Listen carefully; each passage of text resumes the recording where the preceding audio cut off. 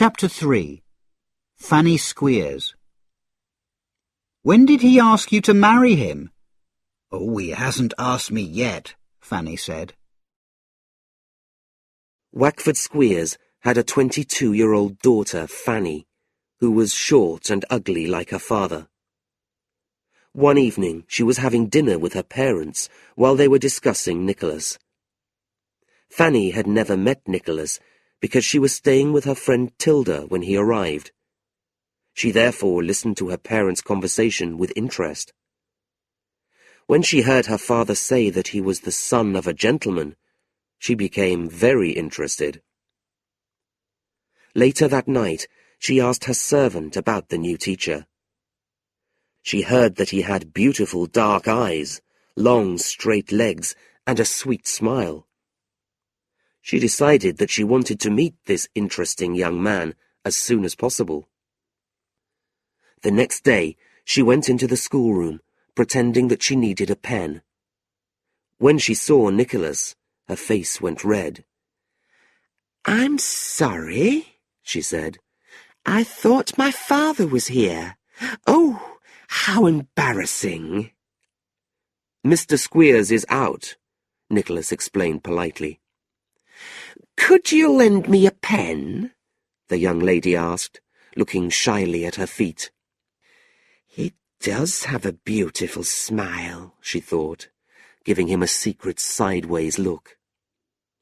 Nicholas gave her a pen, and Fanny left the classroom. Outside the door, she held the pen to her heart. "I've never seen such wonderful legs," she sighed, walking away in a dream. Minutes later, she put on her hat and coat and hurried out of the school. "I have to tell Tilda about him," she thought. Fanny was jealous of Tilda Price, who was 5 years younger than her. A week earlier, a farmer, John Browdy, had asked Tilda to marry him. "Now I can tell her that I'm going to get married too," Fanny thought. Tilda was surprised when she heard Fanny's news. "This is wonderful," she said. "When did he ask you to marry him?" "Oh, he hasn't asked me yet," Fanny said, "but I know that he wants to. He smiles at me in a very special way."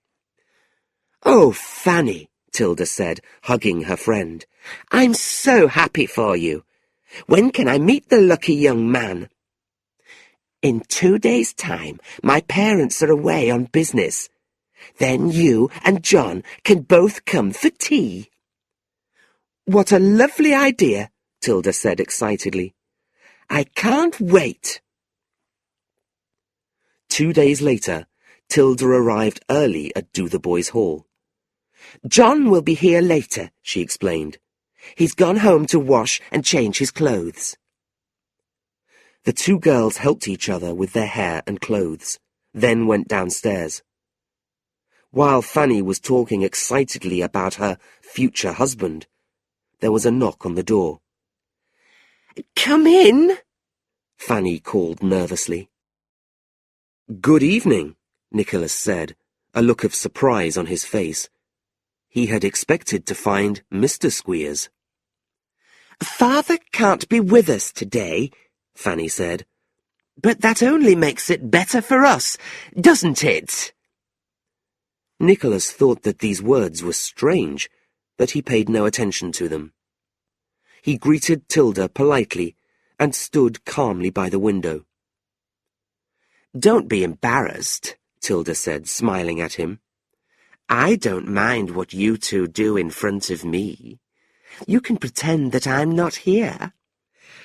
"Tilda!" Fanny said, her face going red. The two girls started laughing. Nicholas thought that the girl's behaviour was so silly that he started laughing too. Soon the three of them were sitting happily at the table, eating bread and butter and drinking tea. 10 minutes later, John Browdy arrived. He was a big, strong man, but he was not very good at conversation. He seemed happy just to eat bread and butter. When the plates were empty, John stared at Nicholas and said, "You're a lucky man to have bread and butter here." "What do you mean, sir?" Nicholas replied. "The last teacher nearly died of hunger," John laughed. "Mr. Squeers doesn't like spending money." Nicholas went red with anger, and he told Mr. Browdie to apologise for his rudeness in front of Mr. Squeers's daughter. Tilda was angry too. "If you say another word, John," she said, "I'll never speak to you again." Then she turned to Nicholas and whispered, "John and I will go into the kitchen. We'll leave you two alone for a few minutes." "Why do you want to do that?" Nicholas asked, confused. "Mr. Nickleby, I'm shocked. Look at poor Miss Squeers. She was so excited about today, and she's dressed so prettily because of you." "Because of me? Why?" Tilda looked at Nicholas with a strange smile. "Does this handsome man think that I'm more beautiful than Fanny?" she thought. "Perhaps he doesn't want to marry her now." "Let's have a game of cards," she said suddenly. "There are only 4 of us, Tilda," Fanny said, looking at Nicholas out of the corner of her eye. "We'd better play with partners, hadn't we? 2 against 2. "What do you think, Mr. Nickleby?" Tilda asked. "I'll be happy to be your partner, Miss Price," Nicholas replied. "Mr. Browdie," Fanny said, looking at Tilda angrily, "will you be my partner?" John Browdie agreed, although he could not understand why Fanny seemed so upset. "We're going to win everything," Nicholas said cheerfully after he and Tilda had won the first game. "I think Tilda has already won something that she didn't expect. Haven't you, dear?" Fanny said nastily. "Only a game of cards, my dear," Tilda replied, pretending not to understand. She was enjoying Fanny's jealousy. "How boring you are tonight," Fanny said with a bitter smile. "Not at all," Tilda replied. "I'm in an excellent mood. I was thinking that you seemed unusually boring tonight." "Me?" Fanny cried, biting her lip and shaking jealously. "And your hair's beginning to look untidy," Tilda said. The two friends' argument became worse and worse. Finally, Fanny started crying. "Tilda, I hate you," she shouted. "I feel the same way about you," Tilda said.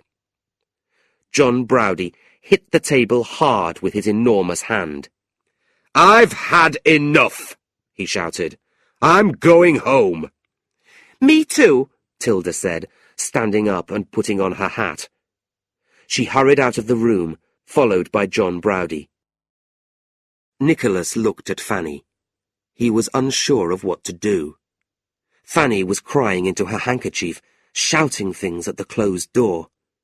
After a few minutes, he quietly left the room. "In a horrible place like this, I need all the friends I can get," he said to himself. "But instead, I only seem to make enemies. What have I done?"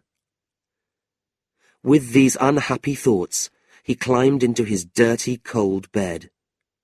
But as he lay awake, listening to the other boys in their beds, crying with cold and hunger, he soon forgot his own problems.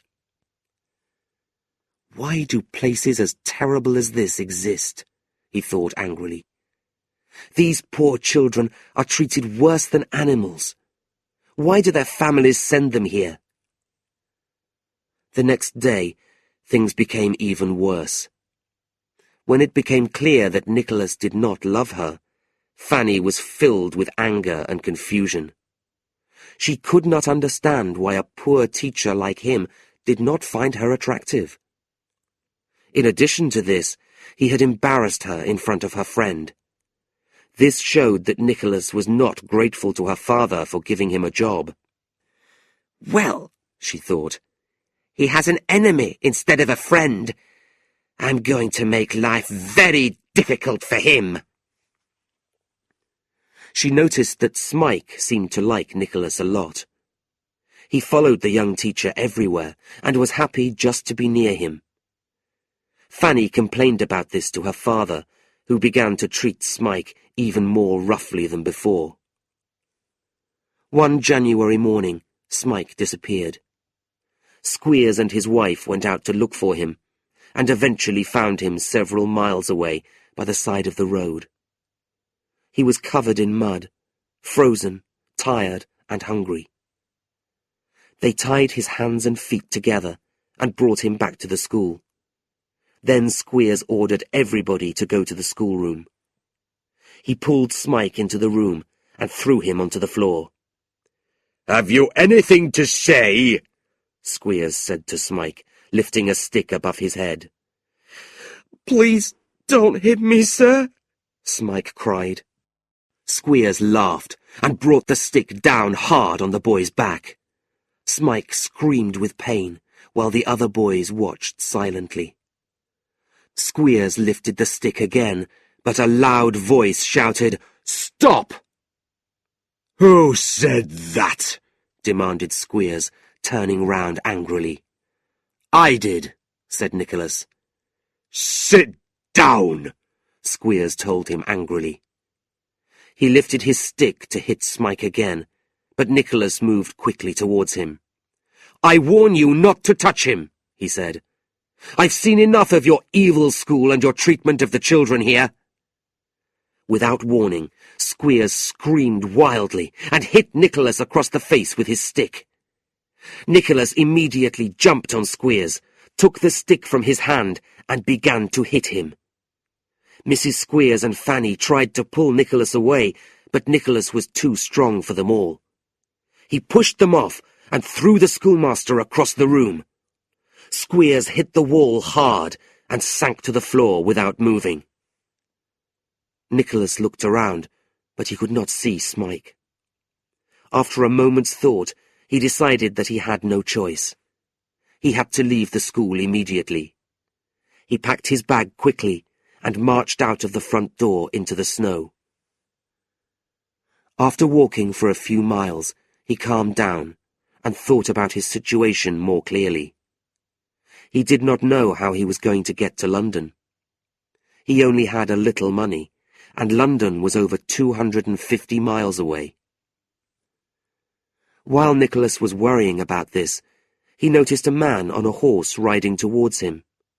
It was John Browdie. They exchanged greetings, but did not smile. After a few seconds' silence, Nicholas said, "I'm very sorry about our argument. It was my fault. Will you shake hands?" John Browdie jumped down from his horse with a big smile and shook hands. Then he noticed the cuts on Nicholas's face. When Nicholas told him what had happened, he laughed and shook his hand again.